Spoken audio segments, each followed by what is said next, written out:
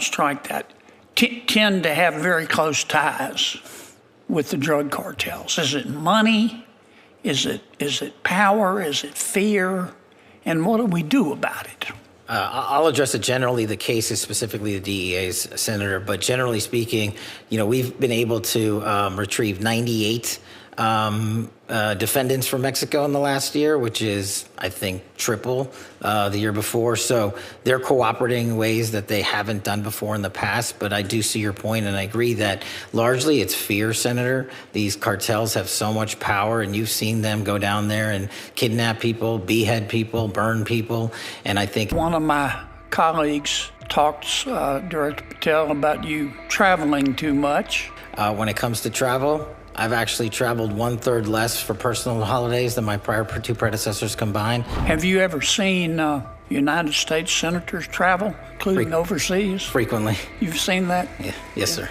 Why so many of the political leaders in Mexico tend to have very close ties with the drug cartels? I think it's a combination of the fear and a little bit of the corruption. Tell me why we shouldn't require warrants under Section 702 when our intelligence people access the records of American citizens.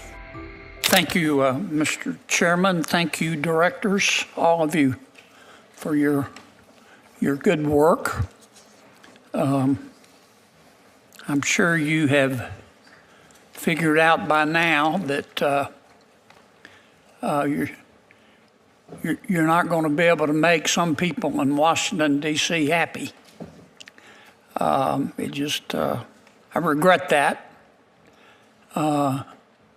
One of my colleagues talked, Director Patel, about you traveling too much. Is it important that you go out there and travel and talk to our line agents and try to maintain morale? That's one of the most important parts of the job. And if I can, when it comes to travel, I've actually traveled 1/3 less for personal holidays than my prior two predecessors combined. And I've taken half as many days off as my prior predecessors combined. Have you ever seen United States senators travel, including overseas? Frequently. You've seen that? Yeah. Yes, sir. I want to ask you and Director Cole.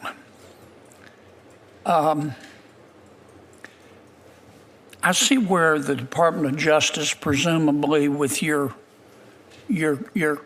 cooperation and good background work, just indicted a governor in Mexico for working with cartels to poison our people.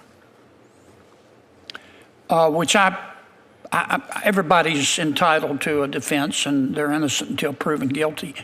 But I saw none of that in the prior administration of trying to get serious. Tell me, I love the people of Mexico. They're just wonderful people. They're our neighbors. We buy a lot of their goods, and they buy a lot of our goods. But help me understand why so many of the political leaders in Mexico cooperate so fully. Well, strike that. Tend to have very close ties with the drug cartels. Is it money? Is it power? Is it fear? And what do we do about it? I'll address it generally. The case is specifically the DEA's, Senator. But generally speaking, we've been able to retrieve 98 defendants from Mexico in the last year, which is, I think, triple the year before. So they're cooperating in ways that they haven't done before in the past. But I do see your point, and I agree that largely it's fear, Senator. These cartels have so much power, and you've seen them go down there and kidnap people, behead people, burn people. And I think it's a combination of the fear and a little bit of the corruption because of the influence they have with the amount of money they make from the narco trafficking trade, which is why we're prioritizing bringing it down. Mr. Director. Senator, it's good to see you again. And, Good to see you, and I sir. testified during my confirmation hearing Yes, sir. regarding the arrest of Garcia Luna, who was Yes, sir. who was in charge of the federal police in Mexico. Mm-hmm. And after a career special agent, had the opportunity to work in Colombia, Afghanistan, and end my career in Mexico. There's no doubt that the narco traffickers and high-ranking government officials in Mexico have been in bed for years. Mm-hmm. But for all of a sudden, we're paying attention to it. Mm-hmm. We have a president who fully supports America first, Americans first. They are just as much responsible for the death and destruction of record amounts of Americans by cooperating, by conspiring, by helping, producing this poison to come across the border and come into our country. And Senator, I can assure you, this is just the start of about what's to come in Mexico. Good. I think it's important, and I don't want to paint with too broad of a brush, but I think it's important that we keep the pressure on. And I appreciate the good work that both of your agencies have done and that the president has done.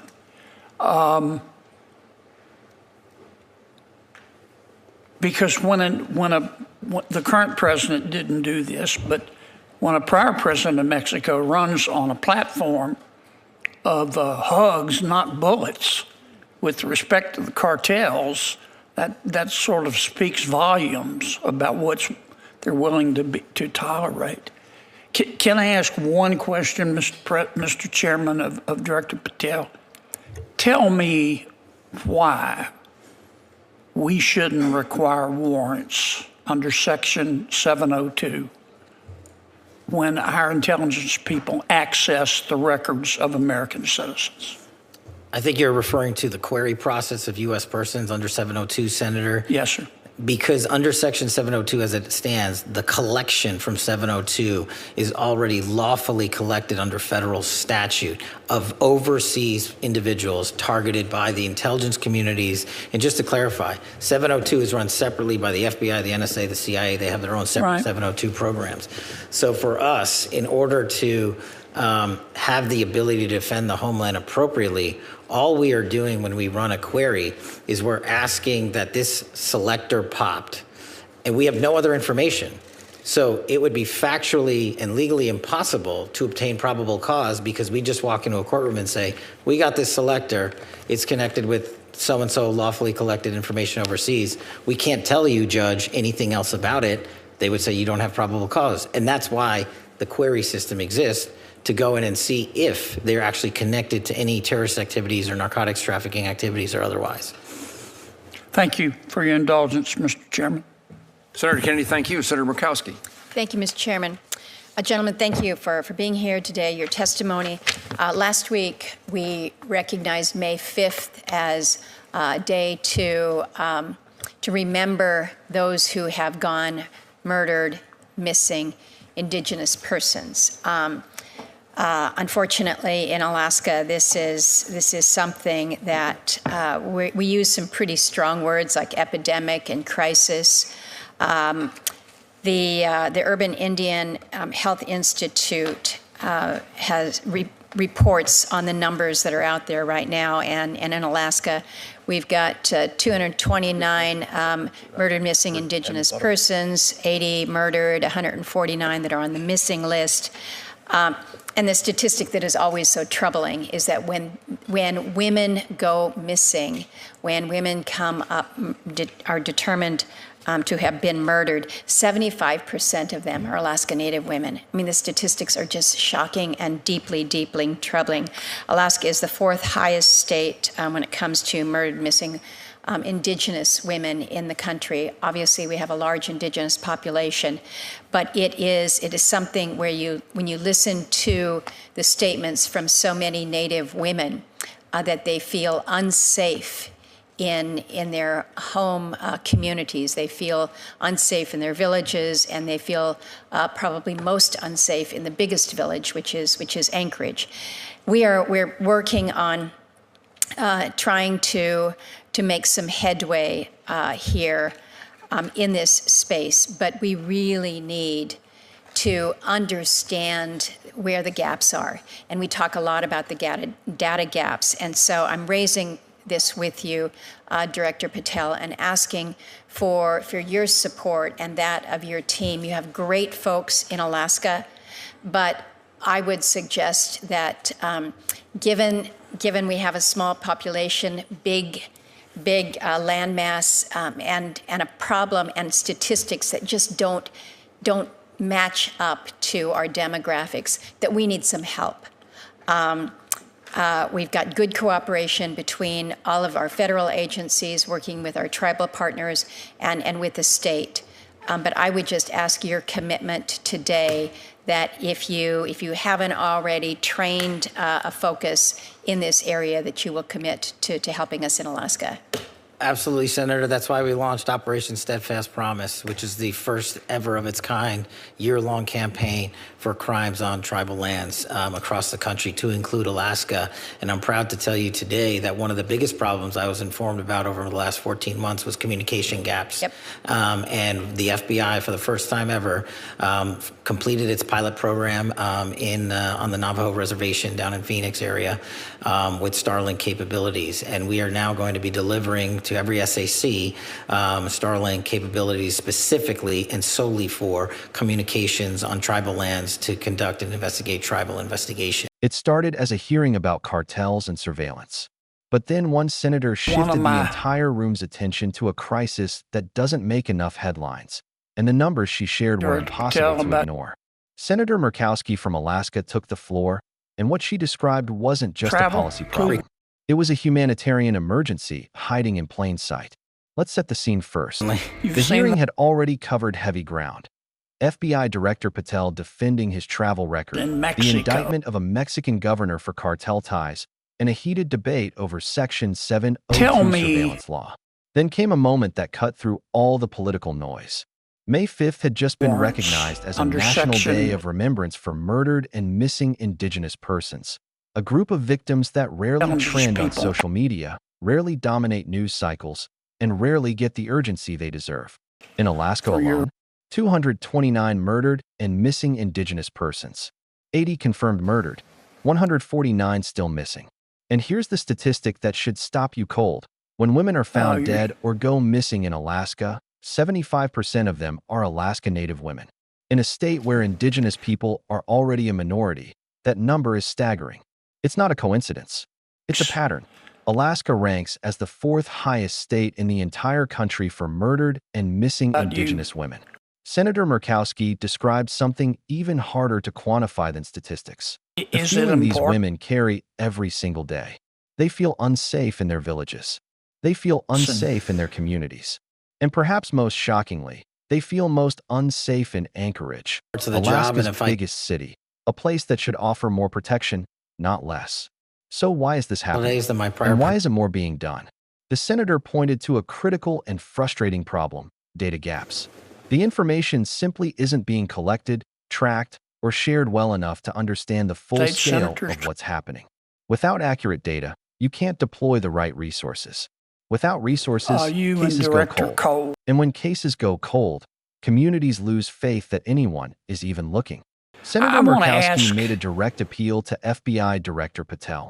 Alaska has great federal agents, she acknowledged, but a massive landmass, a small population, and a crisis that is wildly out of proportion with its demographics. They need focused federal support, not just good intentions.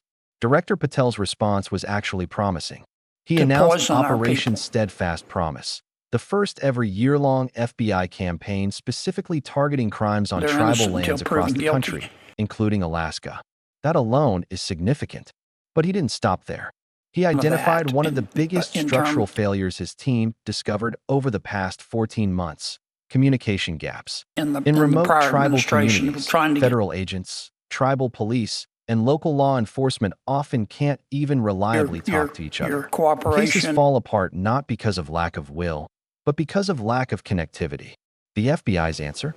Starlink. After a successful pilot program on the Navajo Reservation in Arizona, the Bureau is now committing to bringing Starlink satellite internet capabilities to every tribal land under their jurisdiction, dedicated solely to law enforcement communications, and investigations. It's a technology solution to a deeply human But problem. I And while saw satellite none internet won't bring back the 80 people already confirmed dead in Alaska, it could be the difference indicted between a solving the governor. next case and losing it forever. This is a crisis that deserves as much urgency as And good cartel background work. indictments and surveillance debates. These are real people, real families, real communities. And for too in long, Mexico. they've been waiting for someone in Washington to simply pay attention.